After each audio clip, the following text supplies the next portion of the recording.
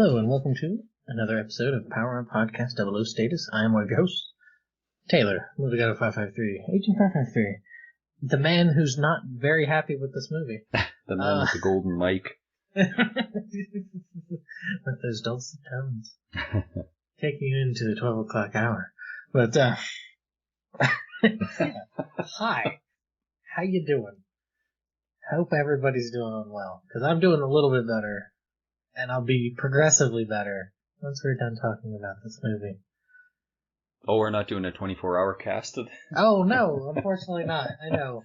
My heart weeps, knowing I will never do something like that. But, yeah. How's everybody doing? More importantly, I hope everybody's doing well.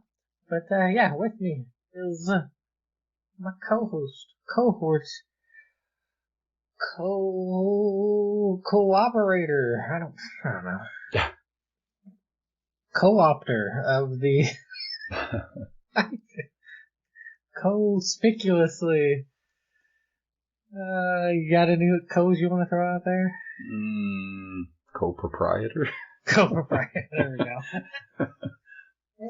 Hey, how you doing? I'm doing well, Agent 553, and yourself?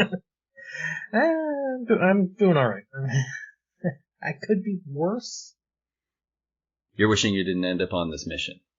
I slept through this mission. You're lucky to be alive. Right. Yeah. I did watch the movie and everything. I promise. It's just, oh boy. Yes. And as you can tell by the title, we're talking about The Man with the Golden Gun, the 9th Bond movie by the Eon Productions there. Mm-hmm. And it's a second more one. And boy, is it a bore, a snore. A chore. A chore. A flippant galore. I don't know. It's just, this movie sucks. I hate this movie. I'm just gonna say it. I don't like this movie at all. I find it funny that you had said previously, "You've forced my hand," like as if you were doing some big injustice to me. And I sat through this movie just laughing my head off, thinking, I know what you were going through watching this, and I was not going through the same level of pain. It's just, yeah. Do you have anything that you remember about this as a kid, or? The only things I can really remember were Knick Knack, just because it's such a unique character. Other than that, I can't say I remember very much else. I lodged this thing way back in my mind and never think of it. Like, I honestly... What was the one... I'm trying to remember. Was it the Dalton one? I think you might have said it with Dalton, but also with the Octopussy one, that it's just, there's just nothing there to, like, hook your hat on. I think it would have been the Octopussy, because we both had a pretty positive outlook. Well, no, I don't mean the outlook. I meant kind of beforehand. Like, you said you couldn't quite remember the Living Daylights. Octopussy for sure I couldn't remember. Okay. I think with Living Daylights and License to Kill, I interblend them a lot. Oh, okay. I mix up that the scene is from this movie and not the other movie. Mm-hmm. But Octopussy was just, other than the airplane, was pretty much a blur. Like, I couldn't remember anything about it. Yeah, that's kind of how this... I will say this. There is something from this movie that I took in my childhood and used it to my advantage. Oh. Yes. So, I would have probably been around, how old would I have been? About 12 or so? Mm-hmm. Please don't tell me it was your pickup lines on Maud Adams or something. Totally. Yes. That's exactly it. More importantly, me, my brother, and a few other kids kind of playing me. What you do with the, like, either you make little Lego guns, or that sort of thing, especially if you don't have parents who will buy Nerf guns. Sure. But also big going on was, GoldenEye, the game, and just in general. Mm-hmm. And we were playing. It wasn't like cops and robbers. It was like, I think, like kind of like a spy sort of thing. Mm-hmm. And I was the spy because we would take turns. And it was a spy at one turn, and I purposely got caught. And I had a big old Lego gun, right? That was kind of, I think it was Lego guns. I think we all had that sort of thing. You play as honestly as you can, kind of thing. Mm-hmm. But I purposely got caught. But before I got caught, I broke off a sizable portion of my Lego gun and hid it and kept it hidden. And so when they put me into the jail thing, because there was the jail thing, and then you get little, because there's a couple spies and then the guards and everything. And when they put me in the jail, they had somebody there, but then the other 3 walked off. Mm-hmm. And I took that portion of Lego that I had kept and turned it into a minigun. And I used it because of the little gun that Christopher Lee's character, Scaramanga, puts together. That's where I got the idea for it. That scene that he's doing that is just ridiculous. It's a horrible scene, but that's the only good thing I can say about this movie. Huh. There might be a thing or two maybe, but yeah, that inspired something that I did as a kid. I was like, oh yeah, I totally remember this now. Okay. And then, that's really all I got. Fair enough. I don't think you're, sitting in your own tent in the camp alone. I think there are quite a few people that have this quite low on their list of Bond movies. So I would say you're certainly not alone in that sentiment. Seems to be the general vibe, at least. Right.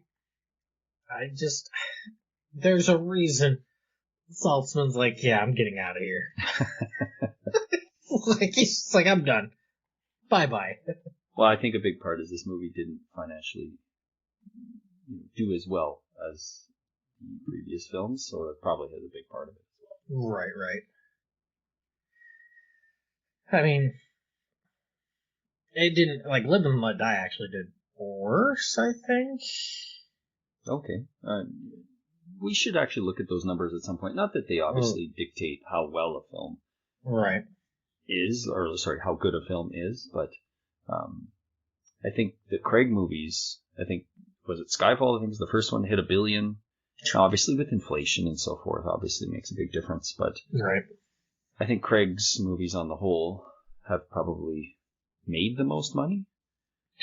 That's possible. But I don't know, again, if inflation would affect, say, the Connery ones, or I don't know how that might affect them. But. That, and then you also have to take in consideration budget versus that sort of thing. Sure.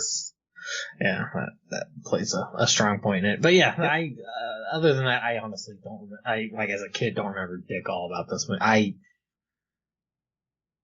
don't like this movie. If I haven't made it abundantly clear, this movie, I don't like it, and I'm happy that we are going to be done talking about it because this is one of them we had recorded, and yes, it is. It was lost to the ether. Yes, it was, and I was very sad to hear that. So I, on the other hand, am not so sad, and this isn't because I'm relishing your misery. This is because, actually, I'm glad I had an opportunity to see it again and maybe not be quite as critical. And maybe I was trying to dig for some of those positives because I kind of knew going in you were not going to probably come out on the other end quite so positive. So I really dug in to see what I could pull from this that actually not only sets up, say, some of the future Bond films with more, but just what good did this bring about in the franchise as a whole? Or at least within the film, if not in a larger context. What'd you come away? I came away, honestly, I don't mind this movie. I almost enjoy it up until they get to Thailand. Okay. And so much of it is set in Thailand, though, so that's a Well, good I was chunk. gonna say that is a fair point to make. I can remember, I think because I was cooking a pizza at the time, and I was hungry for pizza, so the pizza was going, and but because I had to let it heat up and everything, so it took about 40 minutes altogether before it was fully cooked through and whatnot. The first 40 minutes of the film aren't really that bad. Right. I don't mind it. It is once it hits that 40 minutes into 20, like the hour. Yep. I swear to God, those are the longest 20 minutes of my life. I do not know why. Well, you're also waiting for a pizza. No, I've gotten my pizza at this point. But no, I'm talking about the film itself. Particularly bad pizza? No, the pizza was fine. It was fine. Tasty. I had lots of banana peppers I tossed on there and everything. But no, it for whatever reason, that 20-minute stretch from 40 minutes to the hour. Right. I had to pause it because I think I needed a drink or something like that. And I was like, oh yeah, it's probably about an hour and a half into it. And it had only been an hour, or like that 20 minutes. I'm like, why? Right. What is going on? Why is this now stuck in the mud? And then just dying as it spins in circles. It gets really wacky suddenly, and I don't know what happens up to that point, because you have a little bit of an espionage bit that happens, like in that first 40 minutes. You have the plot's kind of it's just simple, right? It's not really an overly exciting plot to really get you engaged, and it's funny, they try to continually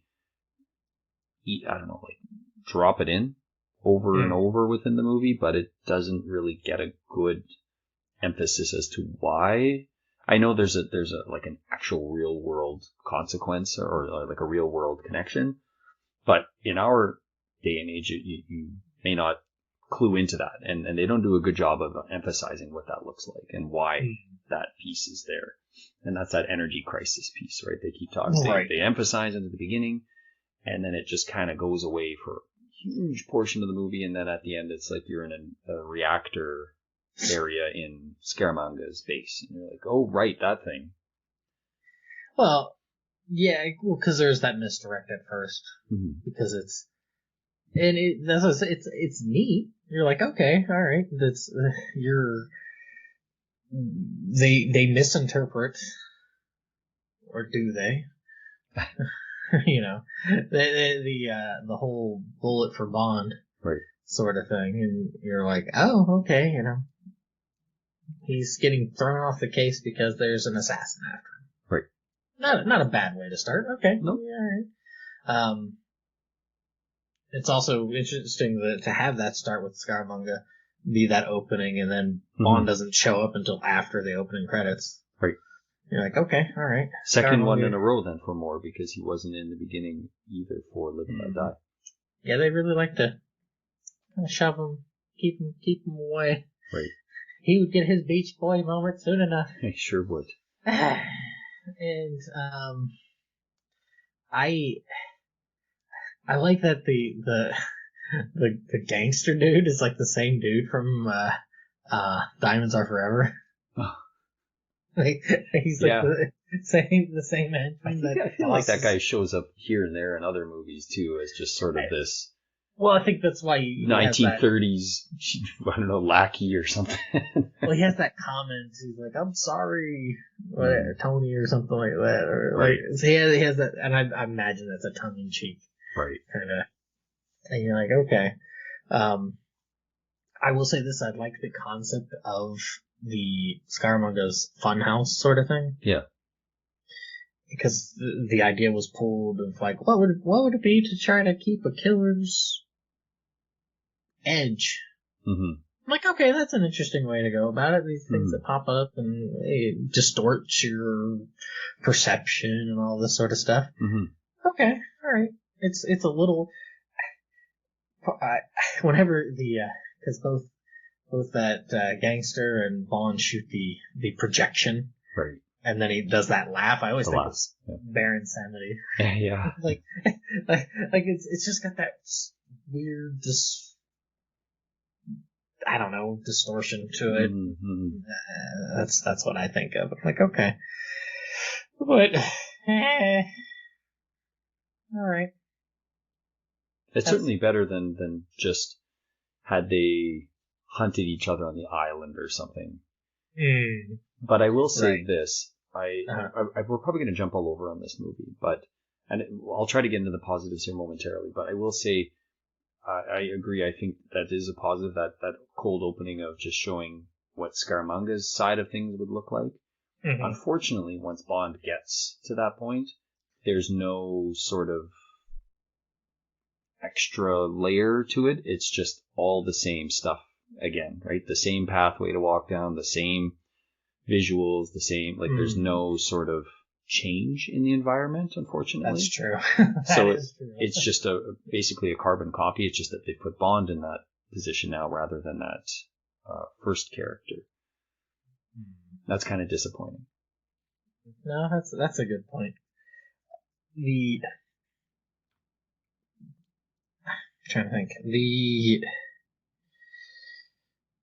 Yeah, he kind of goes a little bit of a different route, but yeah, it really takes, and that's probably why the last, like the dual part with them seems so empty, is because it's regurgitated to some degree. Yeah. You're just like, oh, they're retreading it. Right. Mm-hmm. No, that's a good point. I didn't even think about that, about why that might be the case. Yeah. It's a little anticlimactic, right? Once you get to the point where Scaramanga, obviously he's not going to win, but there isn't more of a build-up that maybe he's got an opportunity to actually hurt Bond, or because Bond doesn't really get injured or anything, right? He doesn't. He gets his ass beat a little earlier in the film, but yeah, but not at that point when they're there. So right. It's not really emphasized that like they're on equal playing field, except for the fact that Scaramanga is more familiar with the surroundings. Yeah. That, and he's only got one bullet versus the PPK7. What? PPK. Yeah, PPK. I say PPK7. Walther PPK. Why did I say that? PPK, yeah, the Walther. It has the 6 shots, so. Right. But, it does. That's, I guess, one of, in Bond's favor. Yeah. I will say this, though, another thing that I took from childhood that does not work, is the throw something in the other direction while you hop to the other. Yeah. Did that in paintball before. That does not work. I got lit up. Painted. Not a great smart move. We'll say that. Maybe it was a better technique in the 70s. Evidently. Yes.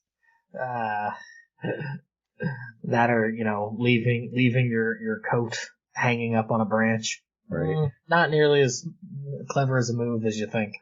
Well, it seems to work pretty well in Metal Gear Solid, like tap, tap, tap on the wall. Right. But, yeah, I mean, again, movie tropes and stuff, obviously. So I can forgive some of this stuff because, it's just silly. But no, for sure, I see what you mean. It's, maybe let me try to draw out some of the things that I felt were positives, and let me just see if they do resonate with you at all. All right. Yeah, I think the first 40 minutes. Yeah. Not only, but the bulk of them are. I think we're gonna have a laundry list of stuff to complain about. so this may not go quite as long as I'm anticipating. Oh no.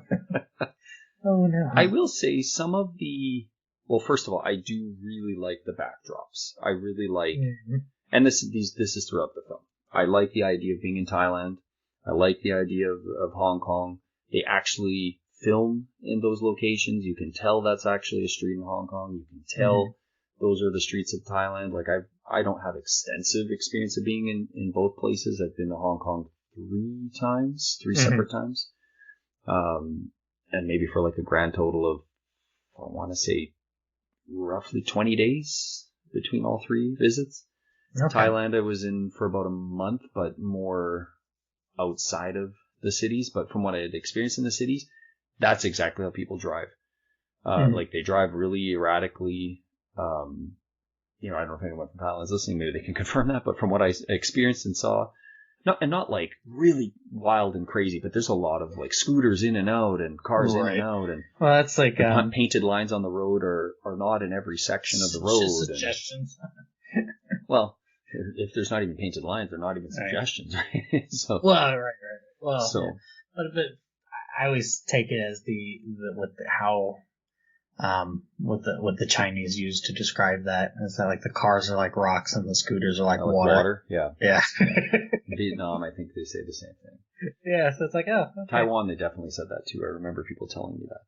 But it's funny how these countries are represented, and this is back in the 70s, and there's still a lot of things that you see, and you're like, yep, that's still the case, right? Like that's still, those buildings still look similar, or that's the way people drive, or what have you. Not completely exactly the same. Obviously, there's been changes, but it's just interesting to me to capture that. And I think this film does a way better job of actually capturing what it would look like in a snapshot than, say, Octopussy, right? Of there's the sword swallower, there's the guy on the bed of the nails, and there's all these goofy, tourist traps, basically. Right. So at least they kind of backed away from that here, which I like. So what did you think of just the locales and everything? And that island does exist. It is called the James Bond Island in Thailand. It is. So it's a tourist spot. Yep, still is. And they take boat tours out there, and it's beautiful. Like, obviously, in the movie, it looks beautiful. So. Yeah, the locations were all right. I think more of my issues with the core of stuff beyond, like some of the imagery. Mm-hmm. I'm trying to think of. There's trying to think of when that was. Well, I mean, just those islands. I'll just go with. I mean, that's a pretty big one to go with. It's just those islands, and to see that it would be really cool to like physically go and visit that, but in the same hand, just being able to see it too, like that's just some wildly different geography. Yeah, for sure. Yeah, no doubt. Yeah, so I think that's a positive for the movie, and they did a pretty good job with the cinematography. As we've stated in several other Bond movies, it seems to be a highlight for a lot of the movie. Even if the movie itself is not that great, they seem to do a pretty good job of at least trying to scout some of the more, like you said, the geography looks totally different maybe than where you're from and what it would look like. Or making sure they at least capture a quick moment of a famous building. Stuff like that. So, yeah, and I thought it was, I can't explain, but some of the architecture from Thailand that I saw, like I kind of saw, oh yeah, that totally looks similar still and stuff. So, and Hong Kong being Hong Kong with just the tube lights, right? Those fluorescent tube lights are still used on lots of signs and stuff. Right. They're kind of going the way of the Dodo finally. I think they're starting to get replaced just because they're not economical to use anymore with all the LED stuff and what have you, but you still see it in lots of areas there. So I would say that's a highlight. Yeah, that, and also I like the concept of the sunken liner being this sort of secret base. Yeah, that's a pretty cool concept, and going with that, that's pretty neat. Well, and even just at the inside, they've simulated that it's tilted, right? Like all the doorways are angled, the desks have to be angled and stuff. I was like, they really bought into that whole bit there. Yeah, because it's not like it's a long scene. It's maybe like what, 8? Well, they go there twice, I think. 12 minutes for the first one, at most. If like the one's partial. Yeah, so it's like it's not. It is not a huge portion, but they really stuck to the bit. Yeah, they committed to it for sure. Yeah, and I think not all, but a few of the additional characters. Like I really liked Lieutenant Hip. I don't hate him, but the way he kind of just pops in and out, Mm-hmm. like when he just shows up at the dojo thing, it just is just like, oh, he's pulling up out of nowhere. As Bond has jumped out of the window, and he's got his nieces with him. Mm-hmm. Like it just, and then he just drives off. Mm-hmm. And I kind of get it because Bond shuts the door. Right. So he thinks he kissed him, but it's just kind of like, oh, he drives off, and it's just kind of clunky. Kind of. Or he really just didn't want to help Roger Moore, so. I mean, that is fair, but, You know what it was? Remember I said in that other movie, Roger Moore doesn't like the way he runs? He was trying to force him to run. Because the camera was facing straight at him, so he couldn't get a stunt double. I bet it was some kind of gag. I don't know. That would be pretty... You would definitely give that guy bonus points if that was the truth. Although, of course, he's a Korean actor, being cast as a Chinese actor, which is always a bit like, we're back to that, right? It's like, well, you look Asian, you must be... You could be Chinese then, right? Can't you? Or enough, a right? Caucasian guy, oh, well, you must be... You could be Russian, can't you? Like, right. So that's always a bit of a thing, but that's been a thing for a problem, if you will, for a long time. Mm. Yeah, but I personally I don't mind the character. I find that he's at least somewhat competent, other than the car thing. Like at least he does something to help, because so many of the other characters do absolutely nothing. They're so much more useless. So many of the other characters. But he at least has some viability in what he's doing. So I think his introduction too, where it's not totally lost on you to be like, okay, he's probably not a bad guy. But the first time you're watching it, there's at least a seed of doubt that maybe he's not there to help. Right, something gets really suspect when you're not going to the police station. Mm-hmm. And I guess the one thing that bothers me is that he, Bond's like, I didn't see any identification, but then just doesn't do anything. He's like, Kowloon's over there, it still doesn't do anything. Right, and he's just kind of like, okay. And then that's not there's been plenty. Usually he doesn't do anything when he's been caught by the baddie. Right. He's like, okay, we're just going to meet up. Instead, it's like, nondescript random dude. Right. Okay. And then it works out, and you're like, okay. Yeah, fair enough. So, yeah, I mean, I don't hate him, but it's kind of like, okay. Yeah. Okay. I forgot Macau is in this movie represented. Briefly, 3 seconds. A lot better than Skyfall. What is that game that they're playing where I could where they're on the second floor? What are they doing? Yeah, well, that's because they're betting from up top. It's just like to be able to watch the game below and bet. Oh, but the game they're playing, that's is that low high or something? I don't know. 3 levels of gambling I'm unaware of. I couldn't gamble a shoelace. I don't know if that's still the case, but I've seen in other films those kind of rooms, right, where they're pulling up the, what do you call it, the basket, to place bets cool, and stuff. Yeah, so I like that. Yeah, it's kind of cool. And it's kind of clever how it does it in this movie, right, to send it up and down, sending the golden bullets. It's a way to sort of secretly do that. Right. I didn't like the Lazar part the first time we watched it, and this time for some reason, other than Bond at the end, threatening him, I didn't mind it as much this time. Yeah, he I like the scene before that, where it's the one scene where Moore's like, "Who's Lazar? What's Lazar?" Right. I'm stumped for once. Yeah. Oh, yeah.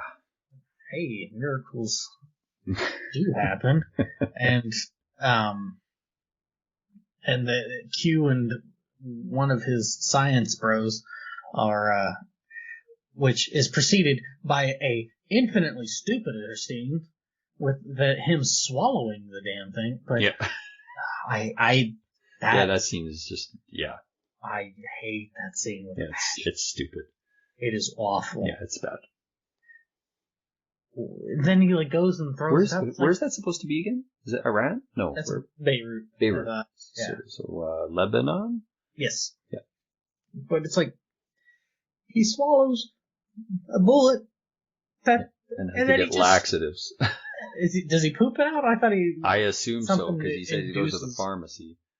Induces vomiting. That's one like, or the other. It's coming out one under the other. Well, it's like, should it though? Shouldn't he not be having internal bleeding at this point? Well, with this thing, he should, but he's Roger Moore, James Bond, so I get that, but it's just like, come on, really? You're swallowing a. Well, that's just it. It's not even just like a fully shaped bullet. It's like got sharp edges, right? Because it's so stupid. The fight scene isn't bad though. I will say that, yeah. Yeah, like the actual, like it's one of the more violent Roger Moore fight scenes, if you will. Like he's bleeding. Yeah, like he actually, that's right. He's got like cut on his lip and stuff, and he's smashing guys' heads into the mirrors, and it's a little more of a brutal fight than we're used to seeing out of him. Right. He still had his legs. I think he deserves he still has legs about him. He just wouldn't run. Right. But, so, a little credit there. I do think, other than the stupid, like, and how goofy it is after he swallows it, right? His facial expression and stuff. Mm-hmm. But, yeah, like, you get a decent little fight there, and he's got to escape. Yeah, I guess the escape is just so... he just kind of like steps out and then just catch you. And it's like, go take to the pharmacy. Which, that taxi driver is probably thinking, oh, he must have caught something. Like, being in that area. The funny thing, he doesn't look ill at all, though. Right. As you said, for somebody who's just swallowed a bullet, you figured he'd be holding his stomach or something, right? To be like, ooh, like that's not good. That's not sitting in there very well. I could see the fight maybe if he swallowed and it was like, okay, the adrenaline is pumping, so maybe... You know what it would have made this blocks it out. At least slightly more tolerable? So he just got hit in the gut and he just spat it back out. I would have been okay with that. Yeah, I could see that. Like if it was like marginally stuck in his throat and he got like punched in the stomach and it like hacked it out. Yeah. Okay, yeah, I would agree. I think that would be a little bit more feasible and a little bit more real. And then as he's fighting, it's on the floor and they're kicking it or something. Like, again, classic movie trope, but probably a lot better than just him full out swallowing it. Right. Or if he got like bear hugged from behind and they almost like simultaneously Heimlich maneuvered him inadvertently. It's goofy, but that actually might have been kind of funny and it would fit with the vibe still. Right. So that probably would have made more sense rather than, we're going to have a pharmacy gag after. Right. Although, would it not have been funny if there was like a toilet flushing more coming out and handing it over to Q? I mean, they might as well have went right off the deep end. Just has to. You didn't like the Q like back and forth with the other scientist? I thought that was kind of fun. No, yeah, I like that because they're kind silly. But they're their own thing, and then Bond's like, "Oh my goodness, who's this? Right. Let me in on the gag. This is unfair. Why something about me?" The one time, as you said, that he's unaware of something, and they're holding information from him, which he's so desperate to get, because doesn't he say it again? He must say it at least 3-4 times in this movie. I'm looking for information.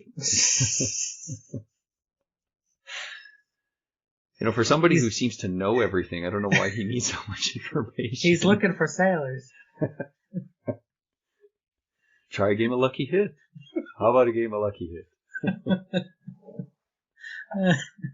I still love that. There were people that I forget if I met somebody or somebody knew something by heart, but they came with a passport disc that had the facial character models, which again at the time was very impressive.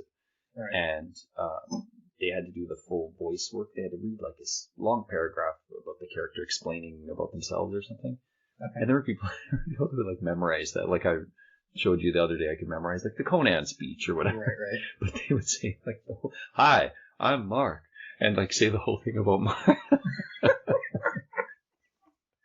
The early days when voice acting was still pretty novel, right? Like I would say the late 90s, early 2000s, it was still pretty unusual to get a game that had that much voice acting. So, anyways, so yeah, I would say the cute little back and forth with, is that other character named? I can't remember. I don't remember. Probably in the credits. He probably has a name, but I mean, it's like I bet the gangster has a name as well, but from the beginning of the film. But yeah, reused gangster from Diamonds Are Forever. Yes, something like that. Credit is reused. Reused gangster. I like this Scaramanga backstory. I thought that was kind of so convoluted and ridiculous. It was like, okay, interesting. Well, but it would have been slightly better if Bond just didn't know all that. Mm-hmm. Well, that's yeah. Oh, jeez. How does he know all that? Because he's gotten his information. He's got some information. Yeah. Enough to be annoying. Yeah. But Scaramanga kind of gives him a bit of that again, right, when they meet for the first time. Not completely, but he talks a bit about being in the circus as a child, and right. I was like, okay, that's kind of cool that he was a child performer in the circus. Was it his father that was the gun expert or something? Yeah, I think so. Something like that. His father was the circus ringleader. Right, and he has like a unique ethnic heritage too, which I can't remember right now what it was exactly. I didn't write that one down, but and then how he got recruited by the KGB, and then he found he could make more money leaving and just doing his own and stuff, and that he enjoyed killing. Like somebody killed. What did he say? That he had the performance elephant, and then yeah, he realizes he killed the guy who killed the elephant. It wasn't the shooting. The performance that I enjoyed. It was the act of killing. I was like, oof. Yeah. So, I mean, he's a pretty twisted individual, and it's funny because he's so sophisticated by this point, right? He's very refined. Is he, though? I mean, he's played to be so. Well, but that's where I like the digs that that Bond makes towards the end when they're... It's a little... I like the digs, but the dialogue is really, really coarse, and the back and forth between the two, I feel like. Because it just feels like there could be a little bit more to it, but he makes that dig that it's like, you're not... Like, Bond's basically like, yeah, you have all this money, but it don't buy class. And that's really what he feels like. Right. He feels like somebody who doesn't... Like, he's very opulent. I mean, the golden gun concept and spending all this money and there's an opulence to it that is really, really,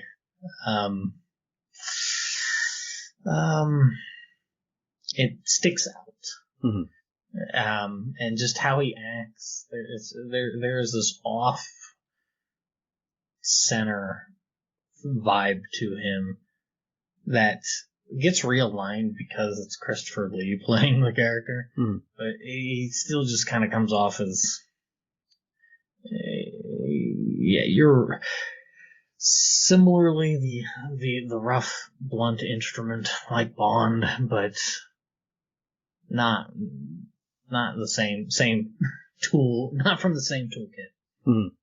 I think that's kind of the point to some degree. Like, I think he wants to believe he's left that world of just doing the job and being that blunt instrument, if you will. What does he call him? Like an underpaid government assassin or something he calls Bond. Whereas he's like, well, I'm more sophisticated. Like I've gone on my own. I've done things on my own, and look what all that. Yeah, he's independent. Vote independent.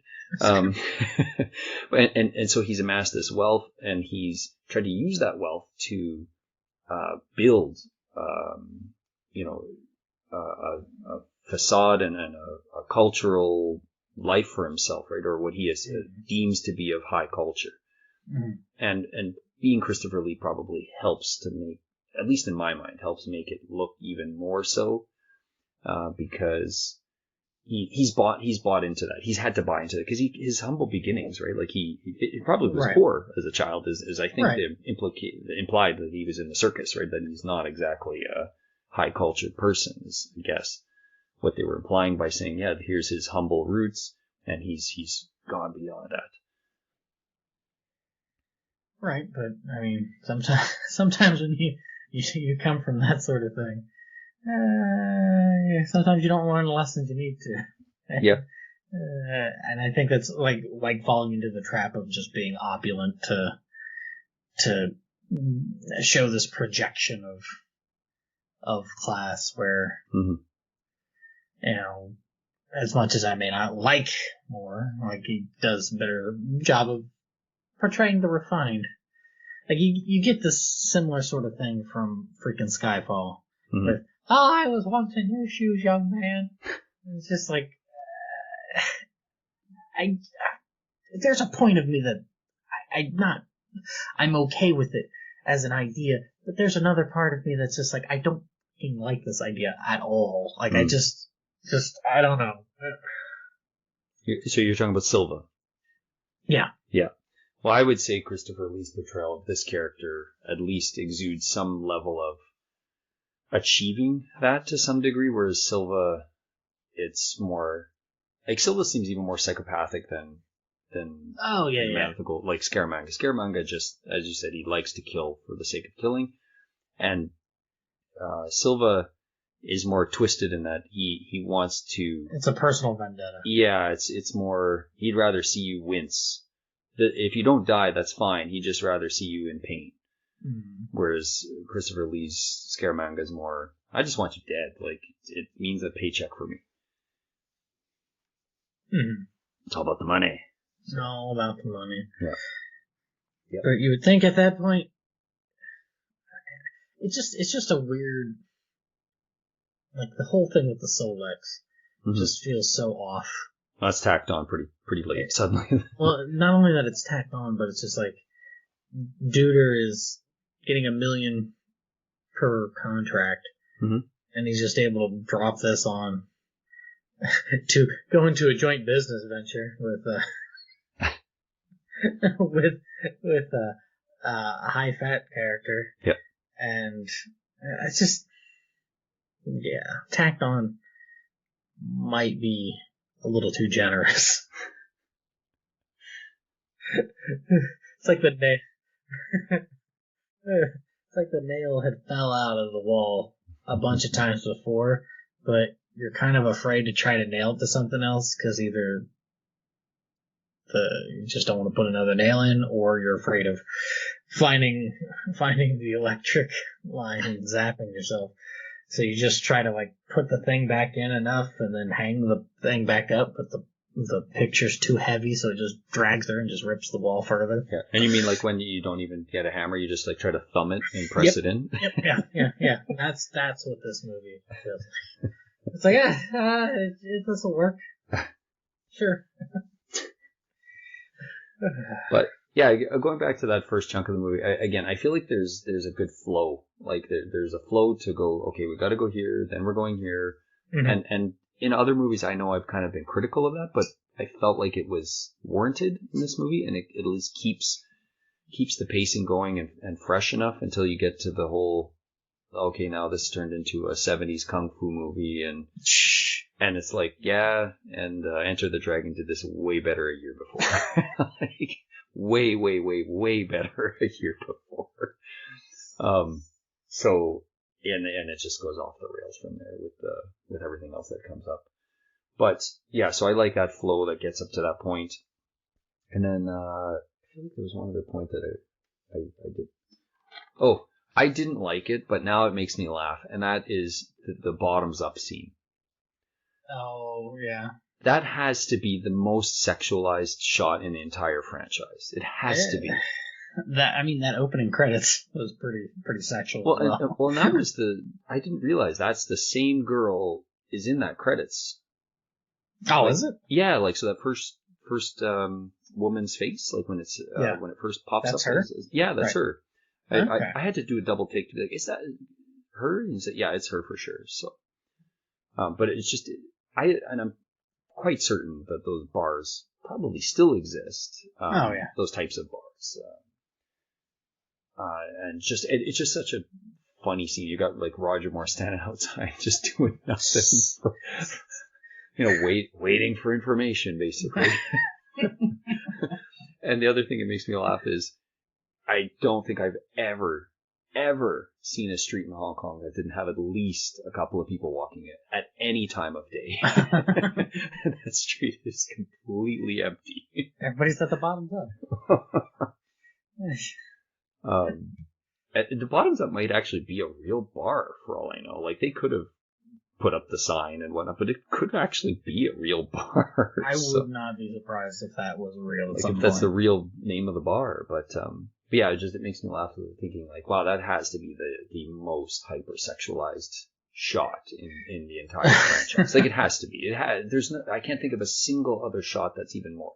Yeah, you had an Octopussy where he zooms in. Remember, he's got the camera on the girl's chest and stuff. Right. This is taking it to another level. And like, that girl, she's quite pretty. Like, she doesn't really do anything, but it's like, oh, she's actually a pretty girl. Like, she's very attractive looking, but that's what she's probably remembered for only. Unfortunately. For some, fortunately, I don't know. For some. Hey, I was the bottom mouse girl. Really now. But yeah, that scene makes me laugh. Like, the whole, him just standing outside looking in the camera to, like, fix his tie or whatever. And it's just... And then Knick Knack just pops up. Yeah, like, randomly. hey. He pops up a lot in this movie. Like, quite a lot, actually. Right. For somebody who's a little, how to put this, sticks out in a crowd. He sure does. Bonds never suspicious of this guy. Seems pops up everywhere. Yeah, since he had him dead to rights. Right. Yeah, don't kill him here. Yeah, like he easily could have killed him there, right? He had that. Right. What did he have, like a trident? Yeah. Now that would have been a pretty amusing way for Bond to go. Stabbed by a trident. Knick Knack got him. Yeah. It should have been an electrified trident too. Like, let's just go overboard. But those are some of the ones that I personally find like are either in the okay or I like column. You didn't like the flying car? At the time it probably looked pretty neat. I would assume like it doesn't bother me. It falls in line with the little Nelly from You Only Live Twice and stuff. Like, it doesn't really bug me. I didn't say it was bug you. I was like, hey, yeah, I think it's fine. Like it's just the only thing is it takes some time for to get all locked in and set up. Right. And it's like, Roger Moore's just standing outside waiting for it to happen. Basically, that's the only thing that kind of makes the scene dumb. Is they're just basically waiting for it to leave. Other than that, it's like, oh, cool. And again, at least there's something imaginative. Remember we were talking about no gadgets in the new ones and stuff? Yeah, you can look at it and say, oh, that's really silly or really dumb. But it's something imaginative. Gadget. Yeah, it's something imaginative. I mean, I'll take that over the gondola on the street or whatever. Like that's much worse to me. That's fair. Any other good things? It's not the longest one. There you go. Yep. That's the duel starts kind of cool too. I like that shot of them back to back. Mm-hmm. Like it's and the beautiful islands in the backdrop as well. Right. That's a pretty iconic image, right, of them back to back and so forth. Yeah. I think that looks really cool, and I think it starts well enough. And I do like when Scaramanga shoots the champagne bottle, like just to show like his arrogance kind of thing. I like the Thai kickboxing scene because it kind of harkens back to, again, You Only Live Twice with the sumo scene. Mm. The back and forth is not great necessarily in the scene, but I like the backdrop. Okay. Yeah, I really don't like that scene. The actual backdrop or the entire scene? Or? Just the scene. The scene itself. Yeah, because I like the backdrop. I think it's something different. Backdrop's fine, but it's just kind of I'm trying to think of what did I write in the notes for this? I had something. It's kind of silly how both of them seem totally inept to do anything. Like, I don't know if it's because Scaramanga seems too arrogant that he's willing to let him go, but Bond just seems kind of dumb and clumsy.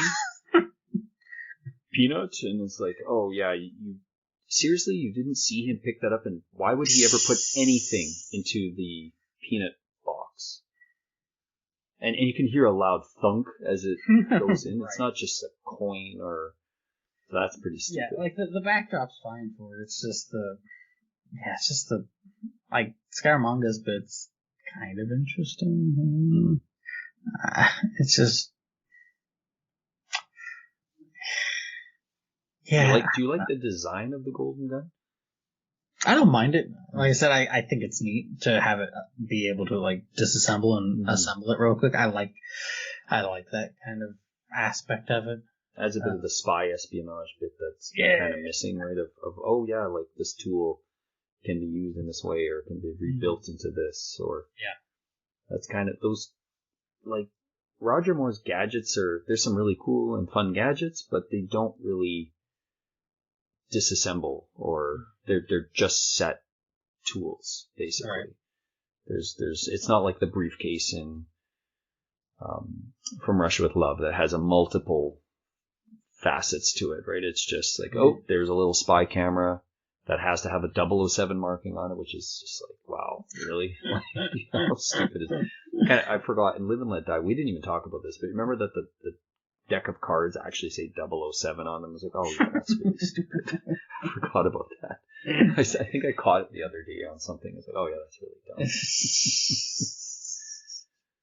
But, yeah. Those would probably be the primary ones I can think of right now. I have one other one. Okay. The car stunt. Oh, yeah, the actual stunt itself. Yeah, that's pretty incredible. That was pretty neat, because I think how they did it was actually did it like through computers to estimate the speed and all that sort of stuff, and they had people in the river and crane ready if something were to happen, because it would be easier just to crane it, pull it out instead of trying to get them out and stuff. So, like, yeah, I can't imagine how much planning had to go into that, just that one scene. Right, and then it's like they do it, and they're like, "Oh, that was perfect. Let's do it again." And then Sunday, I was like, "No, I hadn't done that stunt." You don't want to tempt fate twice. We're good. Because like the trajectory of that, right, for that broken bridge piece to sit at the proper angle for that car to land, because it almost looks fake when it lands, because the way the car, I mean, the velocity had to have been so high. But when it kind of hits, it almost like tilts that it looks like it's, you know, almost like a toy car or something. Like it doesn't look real almost to a degree. To me, at least as I'm watching it, and probably because it's in a slower shutter, you know, frame speed, you're kind of like, oh, okay. But yeah, incredible, absolutely incredible. It has to be one of the best vehicle stunts in any of the movies. Has to be. Mm-hmm. Yeah, it's a really cool shots, cool stunts, and it's in this movie. Yep. I like when they're chasing down that roadway and you have all like the people in the rice paddies and stuff. I was like, oh yeah, I like this. This is kind of a different backdrop again, rather than just in the city and what have you. Mm-hmm. So I like that. I almost found it more interesting than in Diamonds Are Forever, where it's just, oh yeah, he's on the Vegas Strip around the same 6 casinos into a parking lot. And it's at night. Yeah, the strip did seem kind of tiny. Very, very, very, very scrunched up. Well, I'm ready to delve into the harsh side of things if you're ready. The gripes. The great gripes. Gallivanting. We should start with characters. Gleefully. Because there's not many good characters. Please name a good one. Maybe Andrea. Well, this was I didn't find Lieutenant Hip too bad, and then I Yeah. didn't think Lazar was too bad. He's not in it much. Q is pretty fun in this. Yeah. He's all right. M's pretty good in this, I thought. Oh wow. Okay. Except for when he just like basically lets Bond go ahead and do whatever he wants anyways. Right. But like up to that point, I'm like, okay. And then even when they meet, the second time when he's like, shut up, Q. Like, I thought, he doesn't get a lot of time to be funny necessarily. True. So I thought M was decent in this. That's about it, isn't it? Pretty much. High fat is not like bad, but not bad, but dumb. Just Oh, gee, the assassin I've hired is fiddling with something right there. It looks like it's made of gold. Perhaps I should be a little bit more invested in what's going on in front of me instead of you work for me now. singing in his ear. Oh my God. It's like the scene in Terminator when he's asking about all the guns and he's like the Uzi 9mm and he's asking about all those guns and everything and the guy's like, there's a 15-day wait on the handguns. We take shot, the rifles right now, and then he starts loading the gun. He's like, you can't do that, and he's just like wrong, and he like shoots him immediately. Pretty much the same scene. It's like, the guy's like, you can't do that. It's like I'm about to. Like the Commando one too. Yeah. We've got your daughter. You gotta do what we say, right? Wrong. Wrong. He sure likes saying wrong. He said it in Terminator and in Commando. And that's great how the guy's whole chair just flips right over. It's just like right at the perfect height for that. Like, what are you thinking, dude? That stupid movie would be fun to do too, because that's a pretty fun movie. I showed clips of that to my sister because she loves puns. Yeah, the whole movie's a pun, basically. Oh my goodness, she could not stop laughing at the one where I can't remember the short guy where he's got him holding Sully? him over. I let him go. Sully. It's like, yeah. This is my left arm, Sully. It's my weak arm.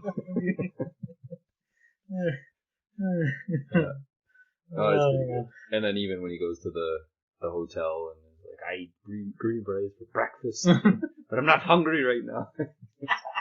Kicks him right in the face. Yeah, the whole movie's a pun, basically. They must have had so much fun writing that. Jeff Loeb III is one of the writers, and he's a comic book writer, so no questions there. That movie's basically a comic book movie. Pretty much, right? He's pretty much a superhero, so that's a fun movie. Yeah. But unlike this fun movie. I sent you a message the other day. This movie, and we'll delve back into characters in a moment, but this movie thinks it's sexier than it is. I think that they thought, if we go to these exotic locales or what they deem to be exotic, and we have the scene in the bottoms up, and we do this and we do this, and we have the naked chick in the pool. Yeah, right. Chew, what's her name? Chew Me. Oh, jeez, that's terrible. Oh yeah, that's pretty girl. Really stupid scene. And she's certainly naked. She's certainly naked.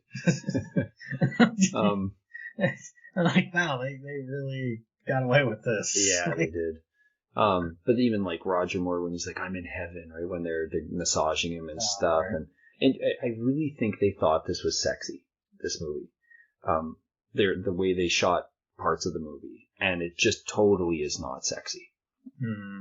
There's another Bond movie that actually probably was not intentionally trying as hard to be as much of a sexy style movie. And I don't mean it in the sense of like human sexualization, but like as in, wow, that's a sex, like it's a slick movie. Yeah. We'll get to that film later on, but this movie I think really believed it was more so. And I find Roger Moore, you hear about like the sophomore slump. He is far too comfortable in this role at this point. Honestly, he's like borderline arrogant throughout the entire movie. Not probably Roger Moore himself, but his portrayal of Bond in this is far too arrogant at this point, I feel. All right. Even Connery From Russia with Love didn't feel this full of himself. Well, even like with Russia with Love, he just there was a little bit of and partially because he's being, led along, there's a bit of naivete tinge to it that you can kind of paint. Mm. And even with Diamonds Are Forever, there's he never came across nearly as arrogant. No. Certainly with like Tongue-in-cheek stuff. Things, like the Sherry comment and stuff. Well, even with Plenty O'Toole, right? Mm. But of course you are. But that almost to me was like a fourth wall break. Like it wasn't really. Yeah. That's just making a comment on. She's got big boobs. Yeah, but it wasn't. Yeah, but this movie, I just feel he's that right from the opening scene, as you said. Oh, what do you know about Scaramanga? And then he like pauses and he's like, oh, the man of cool gun, and he just lists like every single detail. He's like the annoying twat that just memorizes something from Wikipedia and then just throws it out there. It's and like, finds out 3 months later that it was all wrong. But this seems to be the antithesis of this, because we've seen it throughout other parts of Roger Moore's stint as Bond, right? Wasn't there several things in Moonraker, same thing, where he's talking about all this technical jargon that, why would the average spy really know that much Christ, I information? wish we could just watch Moonraker again after this. Like, it's just it could be exciting. Space lasers. Yeah. I don't care. With a golden space laser. Golden space laser. The Scaramanga with a golden space laser. Oh man, that would be something. Yeah. But yeah, it's too bad. Like, he just, to me, he comes across as far too arrogant, and he's very chauvinistic in this movie. He's very domineering. Like there's a lot of Connery comes out in him in this one. Yeah. But it feels even not in a worse. good way. Yeah, no, it feels even worse for some reason. And it's not to let Connery's Bond off the hook on certain things, but even we get a Roger Moore slapping a woman in this movie. And I don't know if does he do that in any of the others? I mean, we haven't seen all of them, so there's a possibility it does come up again. But like Connery, unfortunately, that happened several times. Like we saw it in From Russia with Love. We've seen it in what's another one? It happens a few times though with Connery. Like I can't remember all of them, but I feel like Roger Moore, that didn't really happen. Well, that, and I think because of the goofiness that he has. Yeah. So it's sort of that portrayal of the peaks versus the valleys kind of thing, where it's like, oh, the peaks are so much more pronounced because there's these valleys, or vice versa. Right. Where, oh, he's such a goofy, punny, ha ha ha ha ha, and then all of a sudden he starts, trying to break Andrea's arm. You're like, oh. Well, and Roger Moore's Bond is a little bit more, he's more of a charmer, right? Like that's the way he's played. Connery isn't as played as he is, but he's a little more sly, I feel, and Roger Moore is trying to be more of the charmer when he's having a conversation with people. Disarming charmer. Mm-hmm. Whereas, there's the charmer who tries like who's very disarming. That's where that Moore kind of falls in. Mm-hmm. Where Connery's is more of a charm that's magnetic. If that makes sense. Mm-hmm. So I would say that's the different play between the two. Mm-hmm. But he tries to give a quip and little. He's much more dry wit, I find, with Connery, whereas Roger Moore's are much more straight to funny ha-ha pun. Right. And sometimes they land, admittedly. Well, sometimes they do. Sometimes they catch you off guard. You're like, okay, that was pretty funny. It's so stupid. But yeah, I just found him to be too. And I wonder if it had to do with casting Christopher Lee or anything to being. Well, just trying to play opposite of Christopher Lee must have been, I wouldn't say intimidating, but, did he feel like he had to raise his game or whatever? Raise something, right? Are you trying to throw in a Bond innuendo? Or that's bottoms up? But, yeah, so I did not like his portrayal in this movie pretty much at all. Yeah, no, I'd agree. It's just... It's what the heck is his name? Wei Yun. Who's from Deep Space Nine?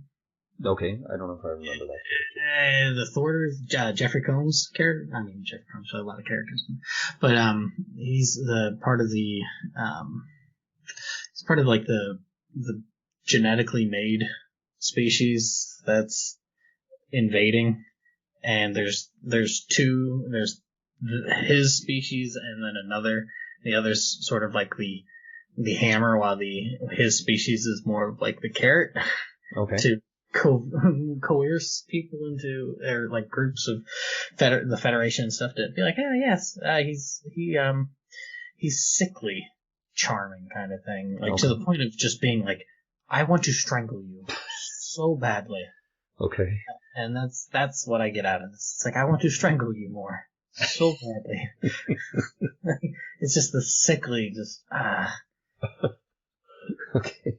I mean, I'm not super up on Deep Space Nine. It wasn't one that I saw a lot of, so I'd have to go and see some of those clips, I guess. Yeah, I'll send you some after. Yeah, the name's not ringing a bell even for the characters. I could be wrong on the name too. I think his name's William. I'm not sure. So, other character. Okay, we have to talk about Goodnight. There's no way. I mean, I can't speak for all Bond fans, but I do not know how she could be not in somebody's bottom 5, if not at the bottom. I just don't know how it's not possible. She's absolutely terrible. Absolutely terrible. This poor girl. Yeah. Well, and they obviously got Britt Eklund because she's beautiful, right? Like, she's really, really pretty, but wow, did they do her no service in this movie? Yeah. I don't know what to say. She's just downright awful. Yeah. Astoundingly stupid. like how do you like, as my dad would phrase it, did your parents have any children that lived? Kind of question. Like, how do you function? How do you remember to breathe? Those kind of questions. There's a lot of questions. Like, how is she at all possibly an agent? Like, at all, right? There's nothing that screams that she's capable of doing anything. Well, that might be it right there. You hire and have two agents. One who is this complete and utter radiation fire that you just have to be like, oh, we've got to take care of this. There's something wrong. And she's the distraction. And then the other agent you just don't ever hear about. You would think you would still want somebody who has some level of capability, though. Well, I know, but I'm trying to reason out why they would do this. I don't think you're going to be able to convince me of any reasoning in this case. Other than that, she's, again, beautiful.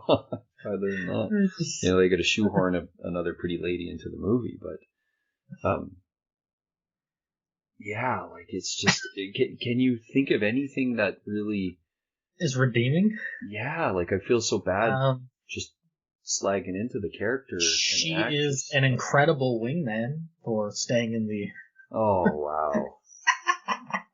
That has to be one of the worst bits in this movie. It has to be. So awful. It's disgusting. It's so bad. He's trying to sleep with her and then gets a knock on the door and shoves her into a closet so he can sleep with the other woman while she's still in the closet. Wow. That goes to the level of, like, what we're talking about with Roger Moore in this movie. And this isn't just him, obviously. This is the script. But, wow, it's just like, who thought that was either funny or a good idea? Or... Well, I'm laughing thinking about it, just how ridiculous it is. But at the time, do you think they really thought of it as, like, that humor? I don't know. Like, how did they view that as humor, I suppose? Like I said, incredible wingman to willingly subject yourself to being shoved into not a closet. What the heck is it? It's a coat closet. Like, it's that's fair. Yeah, I will go with that. That's fine. I was thinking like an armoire, but it might be a little different. No, it's not really a wardrobe, right? Like, it's built into the walls. So. No, that's fair. Yeah. Either way. Like, wow. Yeah, and like how many times does Bond mislead her? Right? Like Every time they interact. Pretty much, because he either tries to direct her to do something that he doesn't want to do, or he seemingly tries to convince her that, oh yeah, I actually care about you, which he clearly doesn't. Right. And then tries to take advantage of her several times in the movie until he decides he doesn't want to, and it's all on his terms. And she's that, submissive all the time Thirsty. to him. Right? Like we say thirsty. She's that thirsty. Yeah, like she's that submissive to everything he does and says.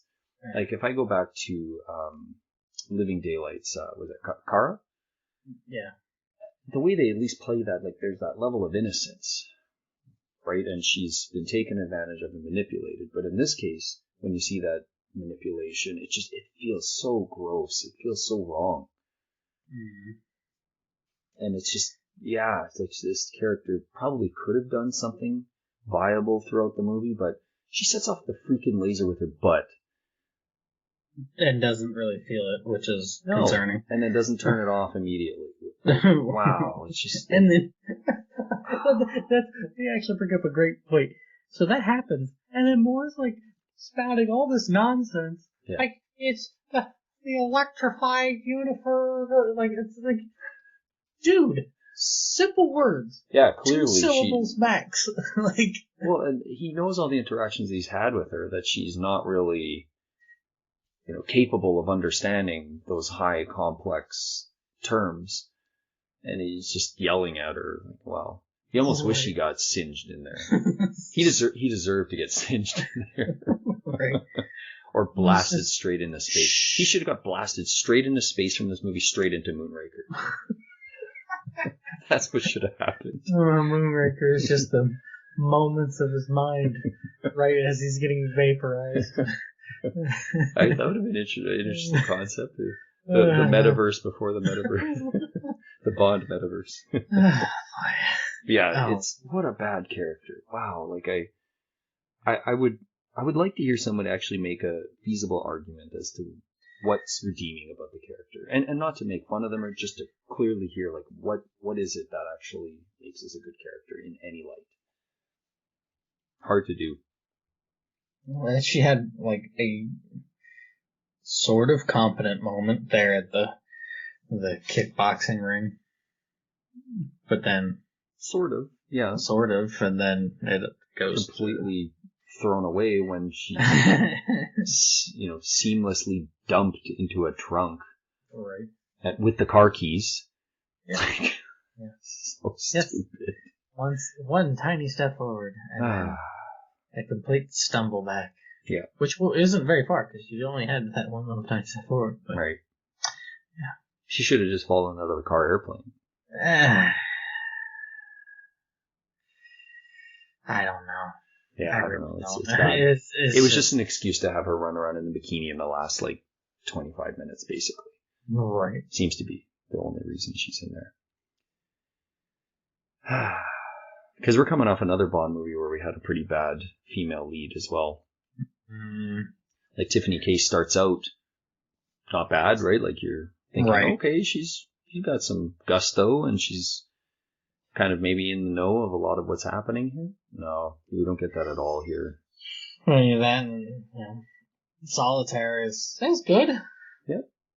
And then you get back to this. It's like, what? How do you do this? Who had the functioning brain to put this pen to paper to create that?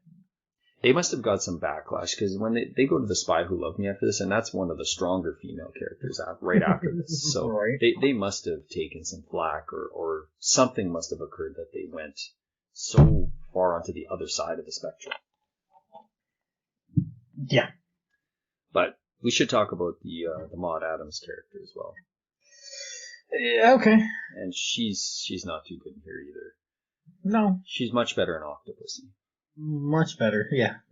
And even though I don't love the Octopussy character, but at least she's got qualities, right? That you can be okay, sure. At least she's got something going on. Hey, man, she's got her own battalion of thuggies. Circus circus assassins. Yeah. Yeah, but here she's really just eye candy for Scaramanga, basically. Right. But she does, I mean, at least she has a little bit more to do in the story, right? She's the one who's prodded Bond to come out, right? She's the one who sent the bullet. And is trying to basically break free from... And it, at least how it can play is that it's like, oh, is she really doing this, or is she sort of luring him in? Mm-hmm. So, like, that's at least a nice touch until she's dead. Then it's right. Not a nice touch. No, not really. But it is kind of weird that she and Roger Moore have, 2 scenes in a bed together, essentially, which is, right. as he's the same character and she's 2 different characters, which is very odd. Is there any other case of that happening? He didn't do that with the henchman. Which one? the guy from the beginning, I'm saying. No. He doesn't even get to talk to him. No, I don't think so. But yeah, she's still kind of wasted here, sort of. Like, yeah, like could have been worse, I suppose. But that, but also, yeah, she should have just blasted him right there. Right. And a little stupid comment about water pistol. Water pistol. You get the creepy scene with Scaramanga like rubbing the gun on her. Yeah, because a gun's a penis. Come on now. That's a creepy scene. Super weird. Just again, thinking this is sexy, probably. It's not sexy. I'm telling you, this is the unsexiest Bond movie, but it really trying to be sexy, at least in their humble opinion, I suppose. Yes, humble. We'll go with humble. Forthright opinion. Yeah, it's that's too bad. I can only think of 2 other characters we should probably touch upon. Is one our favorite? This one is our favorite. We'll save that one for last. Yeah, I was thinking of saving all of them. Okay. What do you think about Knick Knack as a sort of side henchman character? I like the idea that he's sort of playing against Scaramanga in a way. Mm-hmm. It's like, oh yeah, he dies and I get all the cool stuff. Right. Which, I mean, he could just do whatever. And I don't mind that he has these little taunts and he'll get onto the computer or the surveillance stuff, and he's productive. Like we said before, he could have just skewered Mon and he had 2 sumo guys helping him. Like, right. Could have easily killed Bond, but High Fat's like, no, don't kill him here. Take him to school. I have to die first. Like, right. This is unfair. Because he wanted to be in the. Not the crematorium. What was the mausoleum? Thank you, the mausoleum. Yeah. So they wanted to do a mausoleum burial. I do like how just Scaramanga walks up. Oh, it seems I've inherited this company. I do like that one. It's like yeah. Like, I didn't realize that's how the company works. I just inherited all the shares magically. I just marked the other one. Yeah. It's all mine now. Cool.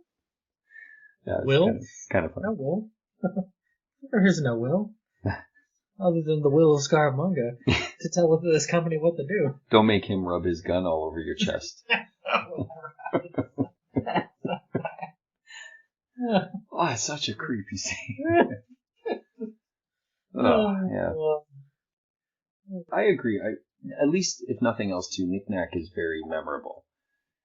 Like, he's a very memorable henchman. And how would you say his French is? Because I think he's. I don't know. He's French. Is he? Yeah. Okay. Yeah, I don't know. I do like I think that's why a lot of French is peppered in there as well. Okay. So. Okay. I do like that he's prominently used in the movie. the sad thing is he is in the movie more than Christopher Lee, and he probably got a minuscule fraction of what Christopher Lee got paid to be in this movie. And he does a lot more to kind of move and progress the film in parts. I do like that he's memorable. He's something different.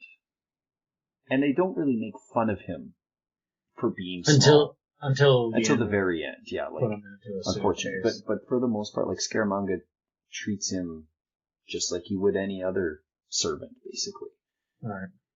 So I like that part of the fact, too, that until that end bit, he's not treated as a joke. Dolling him up like to wear like he's got a schoolboy uniform on. Right. He's a little person or whatever. Right. No, they don't really. They just treat him as a henchman. Right. So, and it's interesting. They go from this though, from a small person to a giant with jaws. Right after. This is kind of interesting. They did that.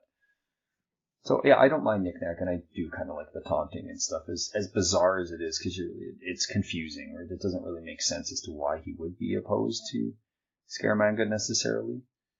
Well, outside of just inheriting the stuff, right? Like I could see that. But couldn't he kill him at any time then?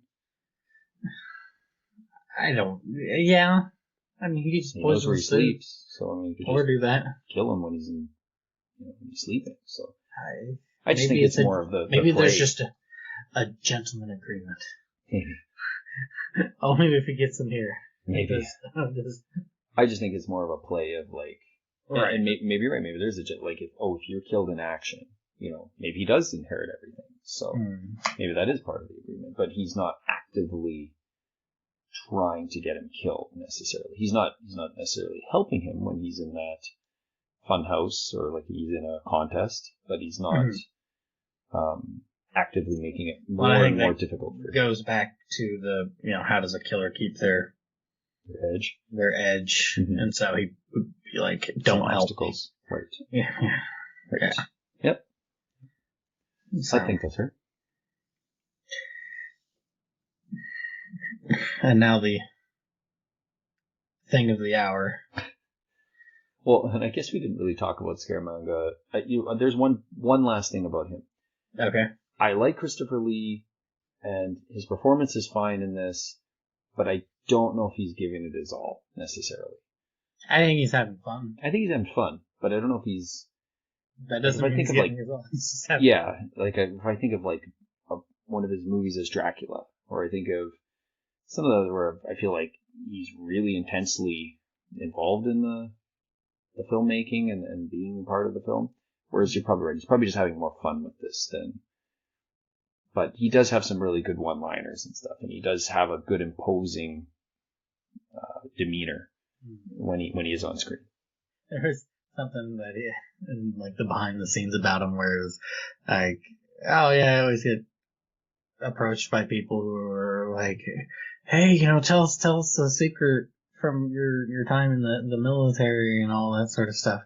And he's just like, tell us something from your time in the military. And he's like, can you keep a secret?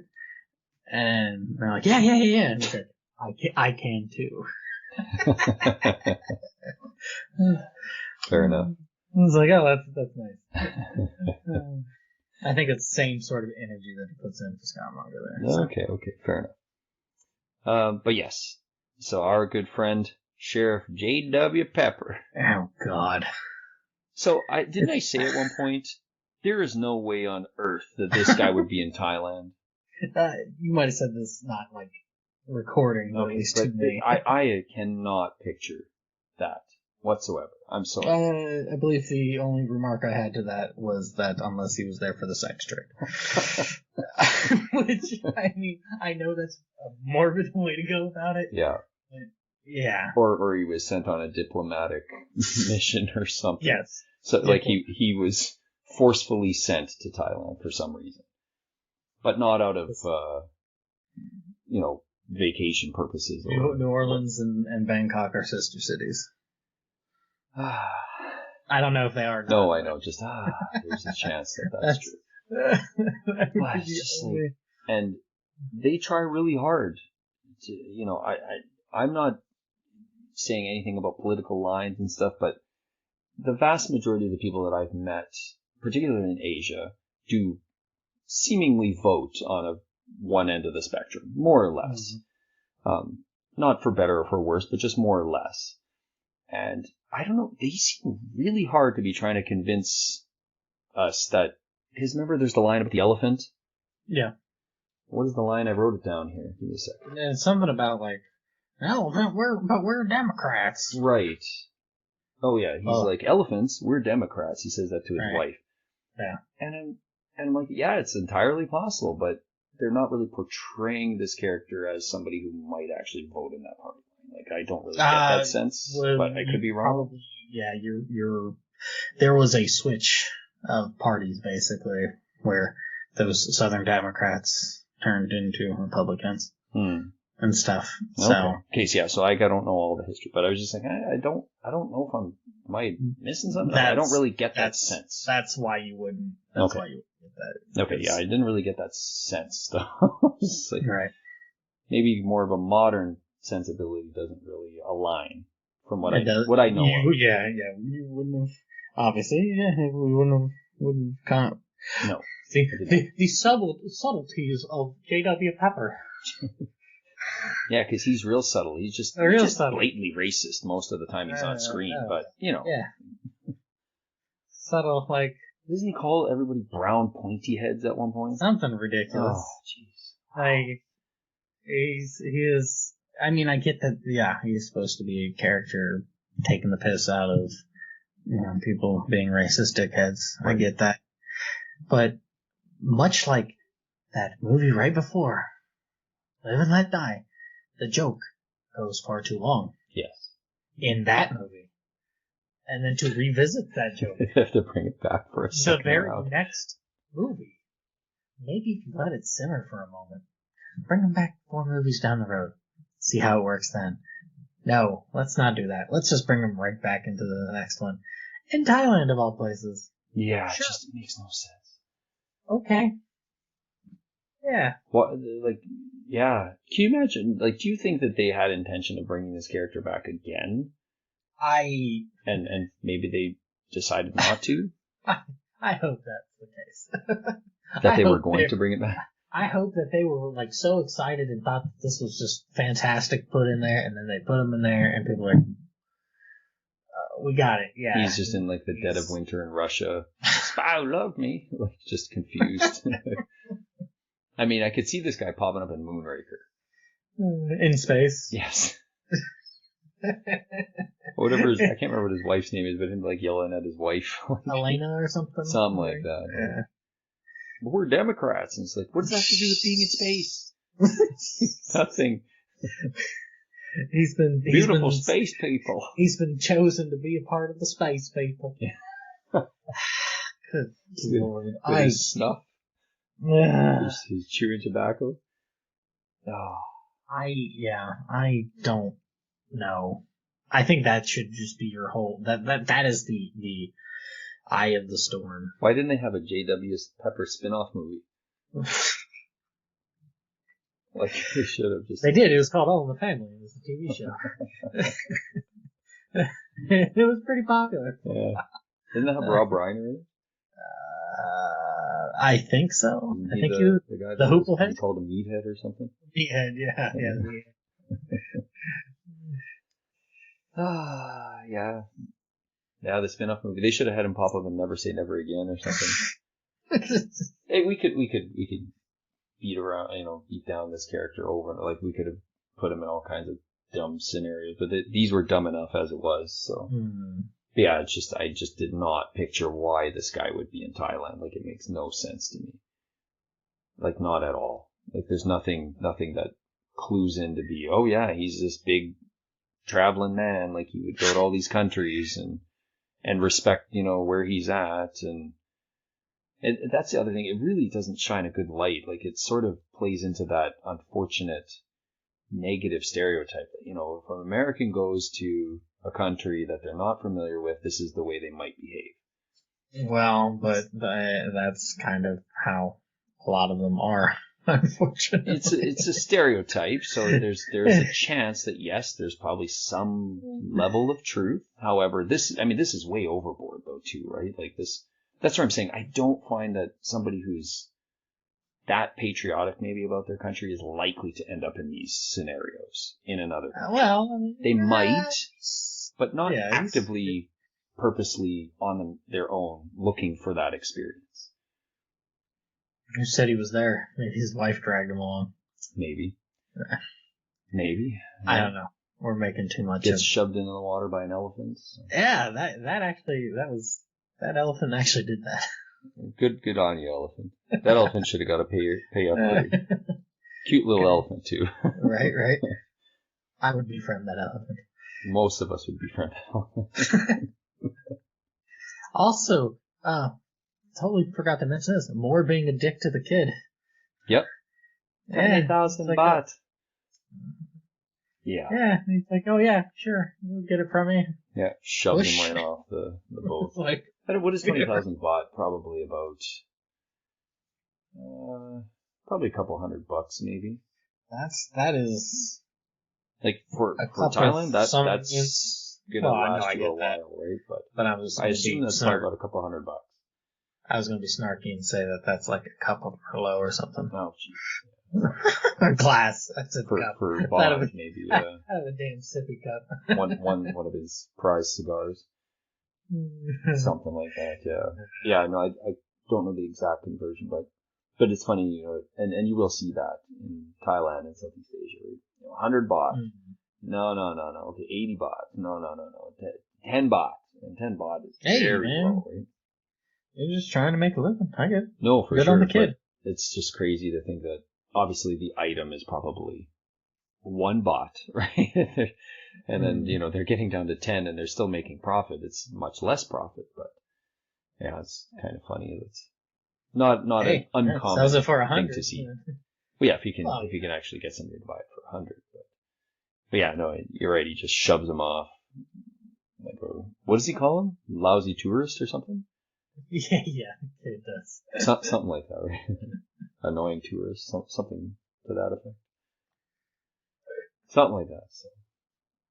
And of course, Roger could care less. So. Oh, he's just too good. Yeah, he's amazing. He's fantastic. He's what we should all aspire to be. Yeah, totally. The more we're like Moore.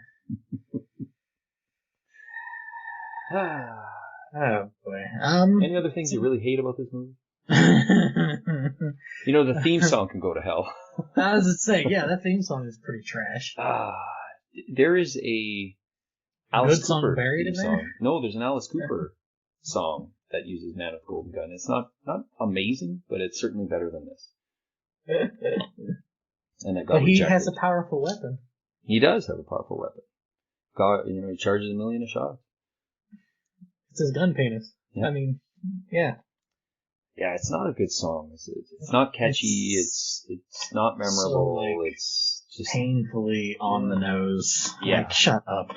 Yeah. Like, this isn't clever. Like, when it's clever, it's good. But this is not clever at all. And I'd rather just get my ass kicked in that Muay Thai ring. Take a nice roundhouse to the stomach. Let me play red shorts, or red trunks, because he was not having a good time. Yeah, no, he was not having a good time. He got a pretty good beat down. Yeah. Yeah, no, like the theme song is not good. It's not. If I'm listening to the soundtracks, the theme songs, it's definitely skipped over immediately. Yeah, it's not good. Yeah, it's. Some of the melodic versions aren't bad though in the movie. No, I will say actually, that. I'm surprised that they're put in appropriate places and it's not bad. Like it's not the entirety of the song; it's just sort of the chorus hook part, and it's not the like the. It's the part that plays just before that. So, yeah, it's not no Sonic Labyrinth Zone, whatever that sound is supposed to be. Just a synth. Yeah, just that synth keyboard or whatever the heck that was. But yeah, no, it's not even like a fun song, really, right? Like it's just not good. Yeah, no, it is. You know, when we were talking about the whole Diamonds Are Forever, that they were really trying hard to be like, man, we're going to make Goldfinger 2. It's Right. going to be great. Right. This theme song felt like, man, we're going to make Goldfinger 3. It's going to be great. That's what this theme song felt like. I don't think this is like the very distant, much, unloved cousin of, No. you're sleeping in the outhouse. It is, I don't know. It's just, it's not good. I don't mind the backdrop stuff. Mm-hmm. Like, it's okay. Like, it's not super memorable, but it doesn't bug me. But it doesn't match the music even. Yeah, no, there's not really much to it. Like, there's just some nakedness. Or more nakedness than usual. And there's that like silhouette of the girl thrusting and stuff. With like the kind of reddish colored background. Yeah. Then it like starts zooming in. You know what's weird? That's the only part that sort of makes a match to the music, though. Honestly, because the other parts are just like zooming in on people's faces and so forth. But like that weird like gyrating kind of matches. Right. It's bizarre, but it does match sort of. Yeah, and then, it hooks back there right at the end of the movie. It does. As it is perfectly poetic that they're sailing out on junk. Yep. It's just shipped out on junk. That is... the junk is kind of cool, though. Like, the outside looks more that traditional type ship, the junk ship, and then you get in the inside and it's all that modern look and stuff. So, that's kind of cool, actually. Like, it is kind of mask it a little bit. So yeah, it's a cool boat, like a transportation piece to kind of hide the who Scaramanga is, right? It just looks like any other, because you can see those ships still in Hong Kong Harbor. Yeah, they're more just not ceremonial, but what's the word I'm looking for? They're just like tourist things now, right? Window dressing. Yeah, well, really they are. They're just like tourist things. They sail by all the time, like in the evening when they have the light show that lights up the business district, because they have that, what is it called now? I can't remember, but every night at 8 o'clock, they have a light show that lights up all the buildings, and they explain what each building is, and then they kind of like flash and stuff. It's like almost like if you had fireworks, right? But they do it nightly. And so there's always like this junk ship that kind of sails by that's just for tourists to get on for, a quick ride around the harbor kind of thing. Right. So, yeah. And I do like the hydrofoil and stuff. Like, it's like, yep, like, still use that stuff. Obviously much more modern and upgraded now, but still use those ships, and the Star Ferry still goes back and forth, even though you can take the subways. So, yeah, like I said, I did like a lot of the representation of the areas. They did, as good as you can do for this type of movie to showcase some of it. Right. That last scene is bad, though, hey? Like the whole thing with Nick Nack trying to get revenge. Right. And, like, it's just bad.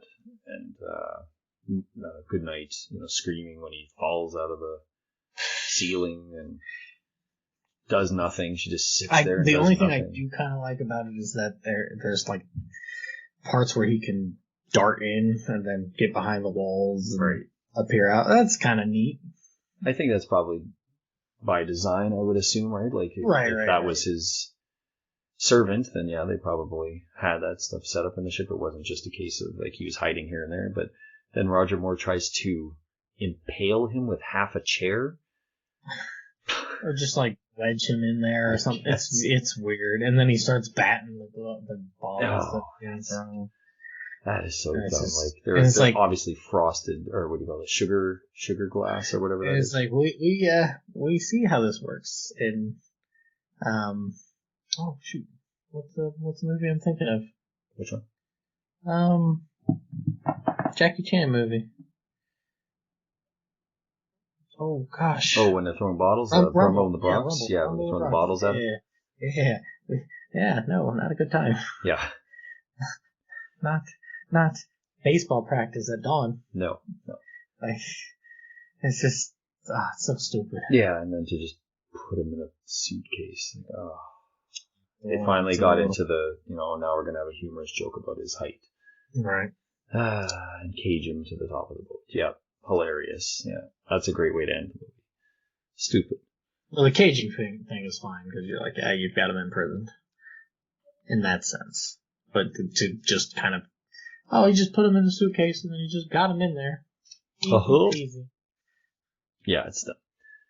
And then when what does he say to goodnight? I hope you got all the glass off the bed. It's like, Right. Yeah, because that's. Hopefully he got some glass in his ass. Like,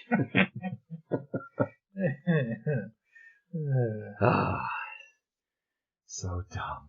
It's so Really bad. bad. Really bad. I do have a quote in this movie that really, really irks me. Uh-oh.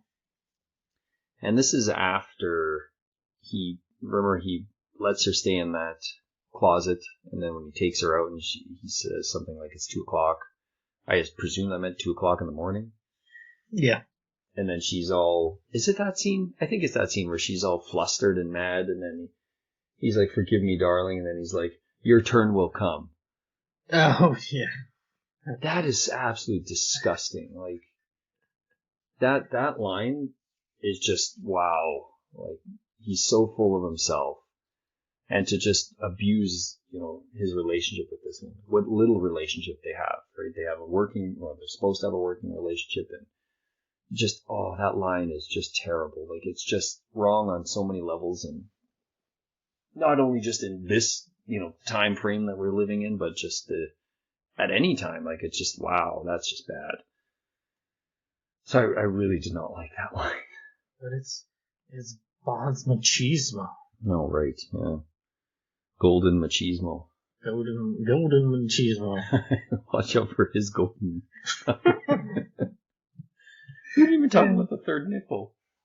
I mentioned it. Oh, okay, I forgot it. As a one heck of a gadget. Yeah. The golden gun should have come out of the third nipple. Should have had like a way to build a piece of the gun out of the third nipple. Well, and here's the thing: it's like it's to use that as a way to try to infiltrate something. Not a bad idea.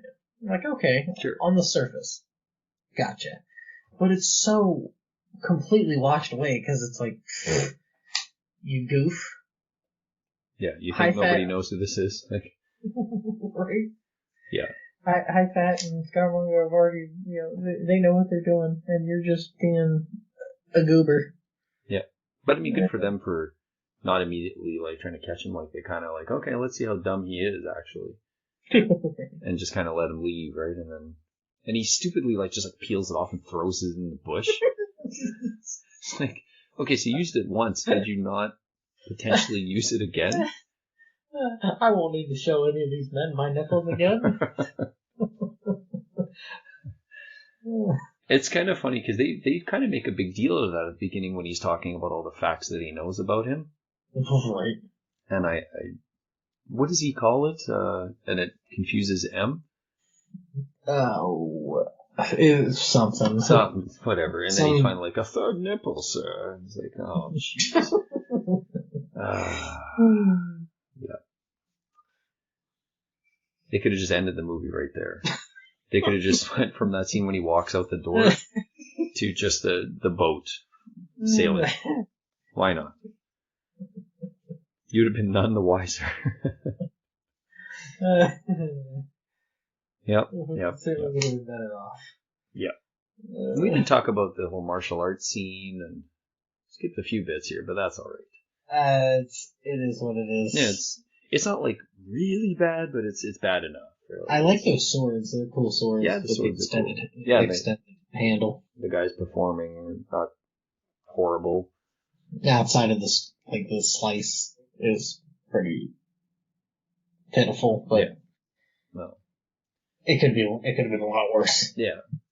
And even the boat after the kid gets shoved off, like the kind of boat driving, that doesn't bother me too much. It's kind of, again, maybe if you're not familiar, and I certainly wasn't, that there are those kind of boats in Thailand and they still use them. And so it kind of showcases a little bit more again of the everyday that might be going on in those places. So those little things I do appreciate that they tried to put in there. Mm-hmm. So, yeah. Ready to put this to bed? Yeah, I think so. Good. All right. I am not going to be surprised when you give us a resounding 1 or 0. You might even go -1. No, it's getting the 1. Okay. It is a 1 for me. I hate this movie. I cannot stand. This is a waste of perfectly good film, even though I watched it on a Blu-ray. Some film died for this thing, and if this wasn't in the whatever Bond franchise, would anybody watch it? It would be lost, for sure. It would be a lost movie. They would watch it just for Christopher Lee. Possibly, actually. Yeah. Would, I guess if you had all the same actors, yes, possibly. If you got people who are like big Lee fans, and just be like, oh yeah, but then they'd be like, okay, yeah, no more. What if they seemingly replaced him with his cheaper alternative Lee Christopher? Oh yes, Lee Christopher. Lee Christophe, if you will. Christophe, with a K. and an extra F. 3 F's at the end. He might have been in a movie called Bottoms Up. Oh no. Oh no. With a Z. Bottoms Up. Oh boy. There probably is an adult film version of The Man with the Golden Gun. There probably is. Probably. The Man with the Silver Tongue or something like that. That was The Simpsons, actually, wasn't it? There was the guy with the silver tongue, Jebediah Springfield. But yeah, awful film. I hate this film. There are these things here. I'm like, that's not too bad. But it's just, it is 2 hours and 5 minutes of 20 minutes of good film. Yeah. Now you tell me. Anything. It's like, having like a nice piece of cake that you smush to cover the whole plate, and then you try to lick the plate. It's just not a good experience. Yeah, well, what's the phrase? Like, pizza is pizza. Like, even bad pizza, you can eat it, but like when it's good pizza, it's really good pizza. Yeah. This is like the opposite of this.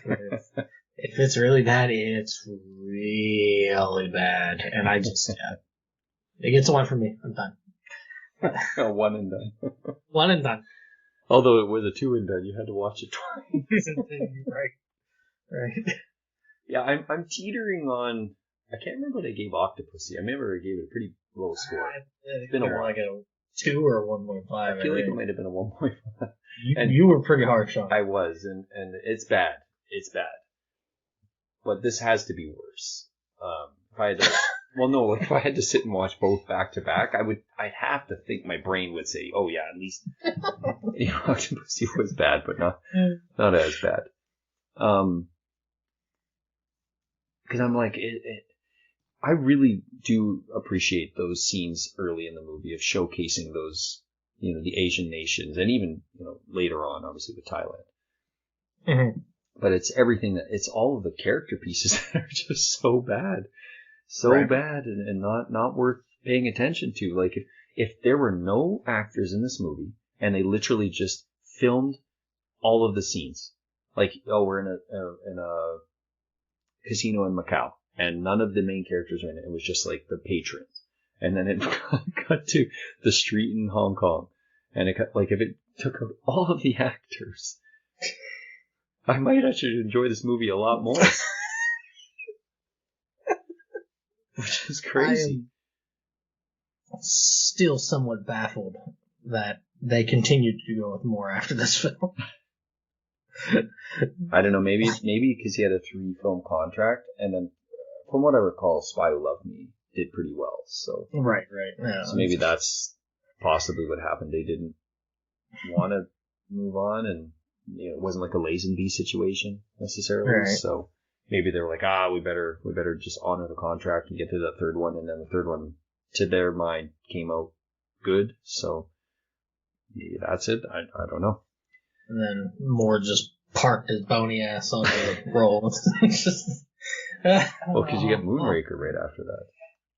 After Spy, yeah. Yeah, and they were trying to capitalize on Star Wars, so maybe they were like, well, we can't really recast, and who knows? Right? There's probably so many stories that come up. Anyways, I'll go with a 1.5.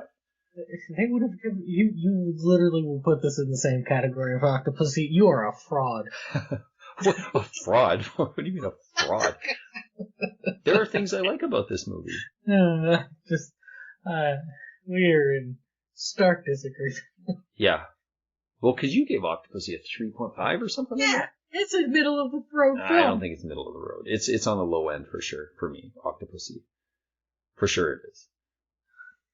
You're a spiteful man. Yeah. Well, we'll do a tally at the end and we'll see. And, you know, hearts can change. When this movie showed up, well, you know, I don't think for you that was it? Distance will make the heart grow fonder. Yeah, it will.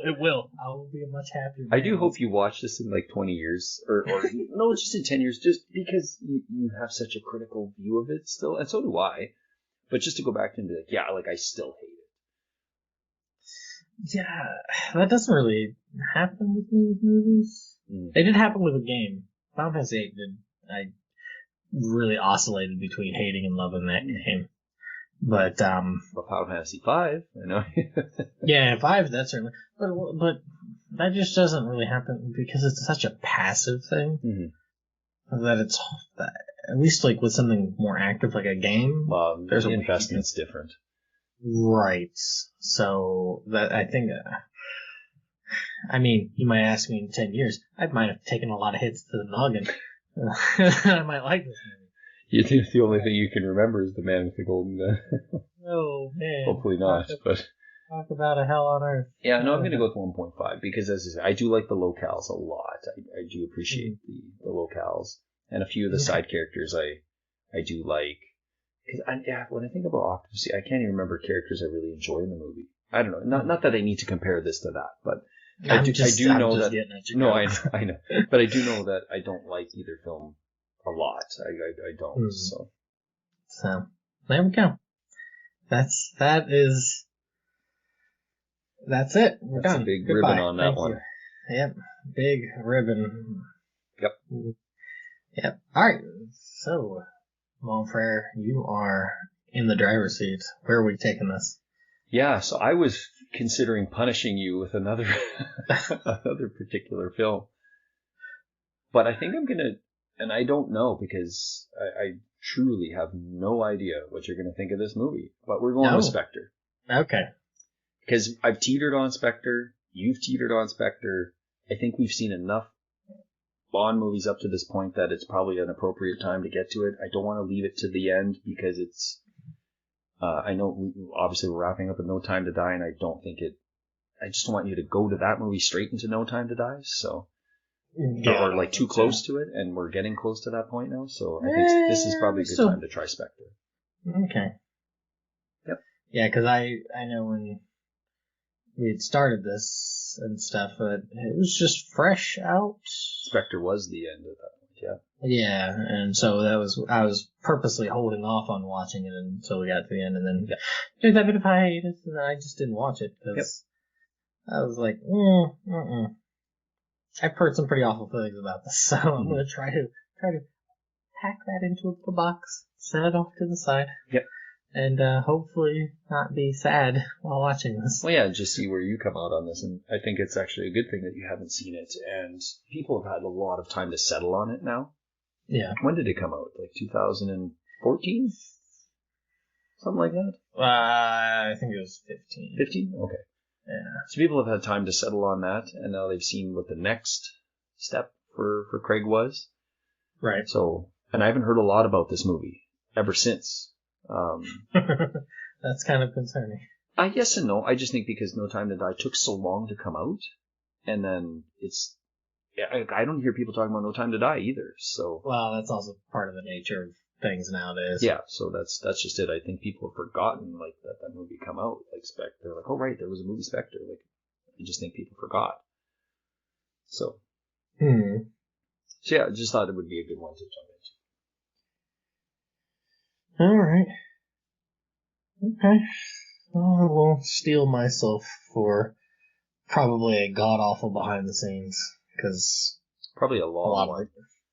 A lot of the Craig ones have not been very illuminating. I imagine it was probably a long one because I think at the time too, Craig, was determining that was going to be the last one for him. Right. So that behind the scenes might be quite, I don't know, just like, what's the word I'm looking for? Like, I just believe he might be, him and those things are probably really sort of like alluding to the fact that he's probably not doing more. Mm. And even the direction and the director and so forth might be also doing so. But I'll be curious, yeah, what you come up with when you watch it. Okay. All right, I will steel myself for this film. Yeah. So yeah, that is it for us, and mercifully so for the man with the golden gun. And that's, you don't have anything else to add, do you? I do not. Okay. Yeah, that's it. We're just gonna dump it because it is a dumpy movie. The end. Thanks for listening. And you totally disagree? Well, I would really check on your movie tastes. Your pulse. And pulse. Or your eyes. Just get a checkup. It's always good to make sure that you're feeling healthy and stuff. So, anyways, thanks for listening. And we will return.